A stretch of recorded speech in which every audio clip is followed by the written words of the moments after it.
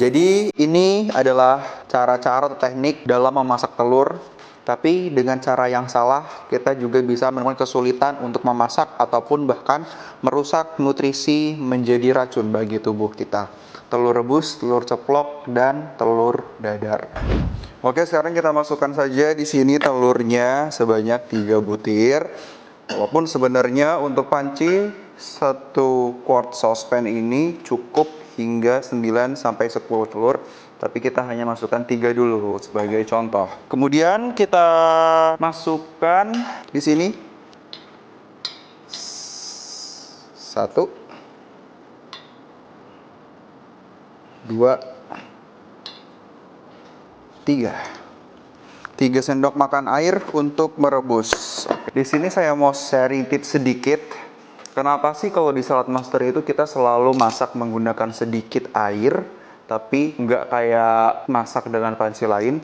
Karena di Salad Master menggunakan sedikit air untuk mengurangi ataupun menghindari resiko terjadinya larutnya nutrisi.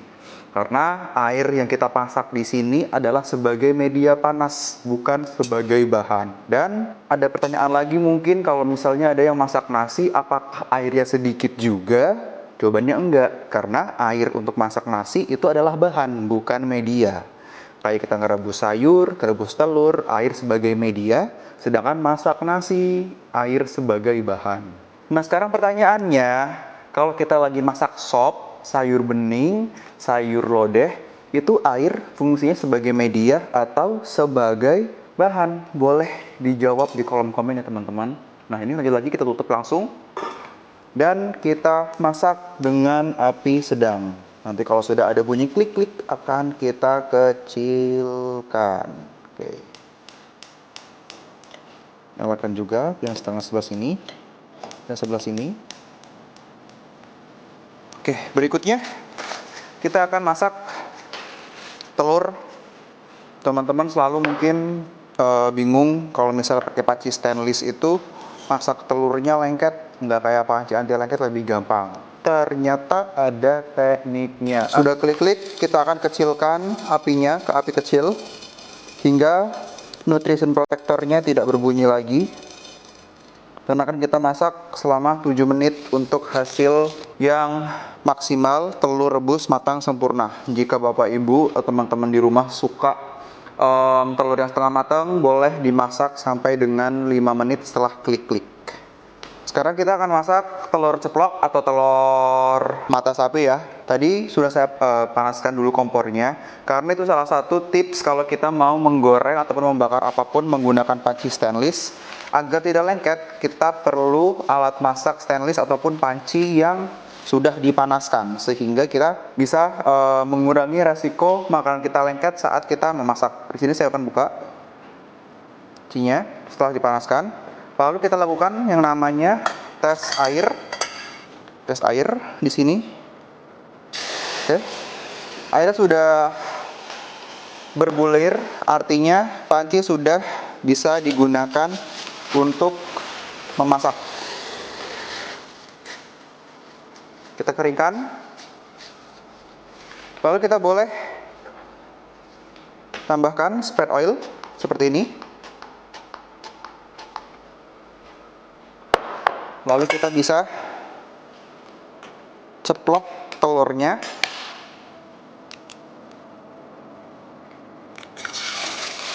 Seperti itu. Satu lagi.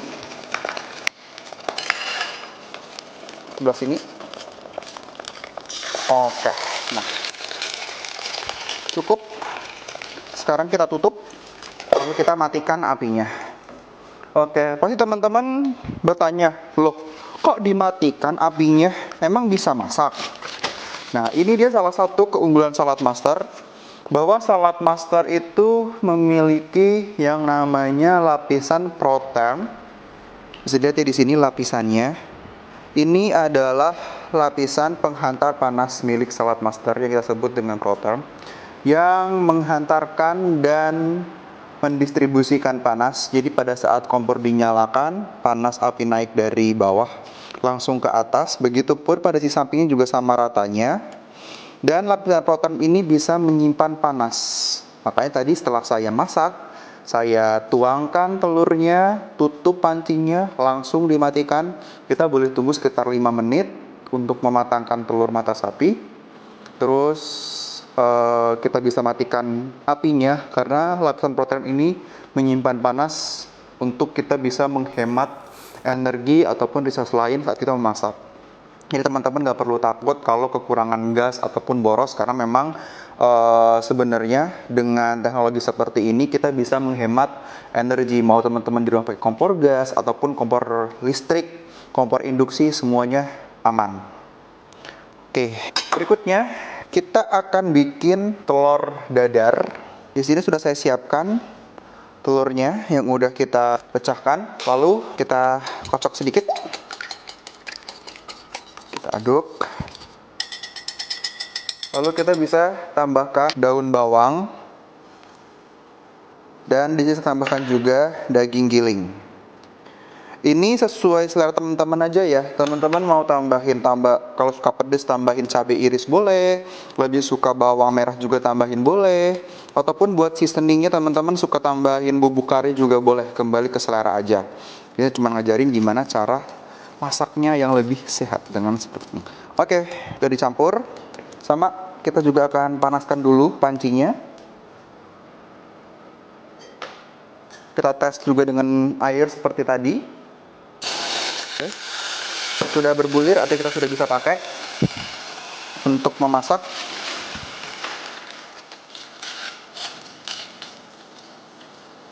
Spray dengan minyak.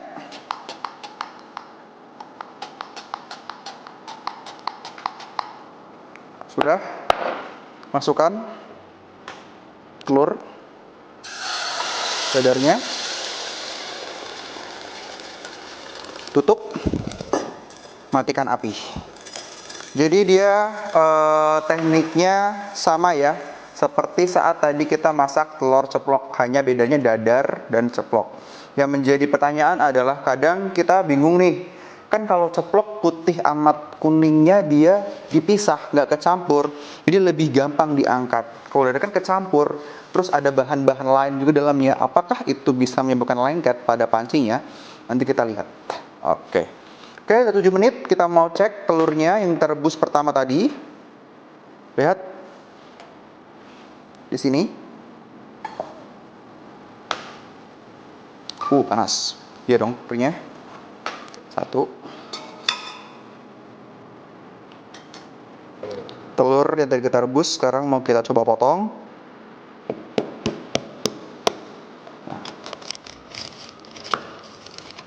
Nah, tuh, ini yang medium ya teman-teman ya. Jadi kalau misalnya masih mau lebih matang lagi, kita bisa panaskan lagi. Nanti kita akan potong lagi setelah kita diamkan selama 3 menit lagi. Oke, setelah 5 menit kita lihat sekarang. Ini dia telur ceplok atau telur mata sapi yang sudah kita masak, dan ini bisa kita angkat. Tuh.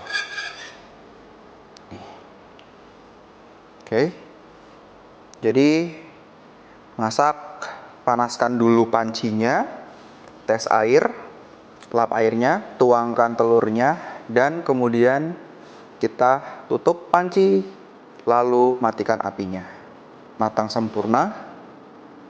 Dan kita juga bisa menghemat energi dari gas yang kita pakai ataupun gaya listrik yang kita pakai.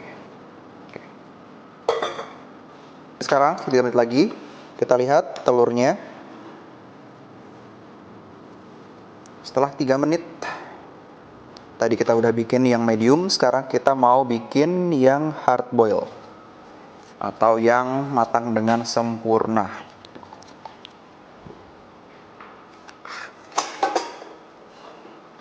Angkat 1.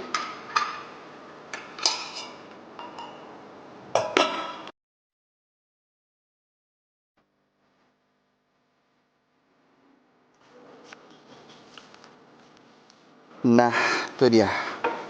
Hasilnya medium, ataupun sering kita bilang medium boiled egg. Ya. Dan ini yang kita masak selama 7 menit. Hasilnya hard boiled egg. Dan dilihat teman-teman ya, telur rebus yang bagus tidak meninggalkan cincin biru di antara putih dan kuning atau yang sering disebut luring. Artinya, telur yang sudah kaya akan protein dan omega akan rusak apabila kita masak dengan suhu tinggi atau masak terlalu lama, sehingga menyebabkan perpindahan yang dari lemak baik menjadi lemak jahat yang bisa kita lihat dari warna pembatas antara kuning dan putih. Mungkin teman-teman sering nyumpain kalau lagi makan di luar, belah telur itu warnanya itu di sini ada warna biru. Masih mending biru, kalau hitam gimana? Nah itu dia, masak telur yang sehat dengan sedikit air dan tidak meninggalkan bekas biru ataupun bekas kolesterol. Seperti inilah dia. Telur dadar, sekarang kita mau buka. Ya, itu dia telur dadar kita sudah matang. Ini mau kita aduk. Matang semua teman-teman ya, bisa dilihat. Meskipun dia kepisah antara putih dan kuning, namun dengan cara masak seperti tadi sudah mematangkan telur dadarnya dan juga enggak lengket di bagian permukaan pancinya. Oke, ini yang tadi kita masak telur rebusnya ya, yang hard boil yang 7 menit. Lalu ini yang medium yang 5 menit. Nah, oke, jadi teman-teman, kalau misal teman-teman punya pertanyaan sering masak apa di rumah dan ingin tahu gimana cara masaknya dengan teknik yang lebih sehat, boleh tulis di kolom komentar kira-kira mau masak apa.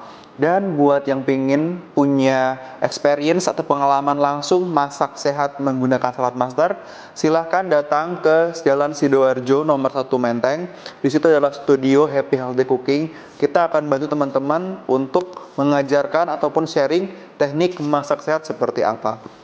Dan nantikan resep-resep hidangan sehat kami berikutnya. Sampai jumpa.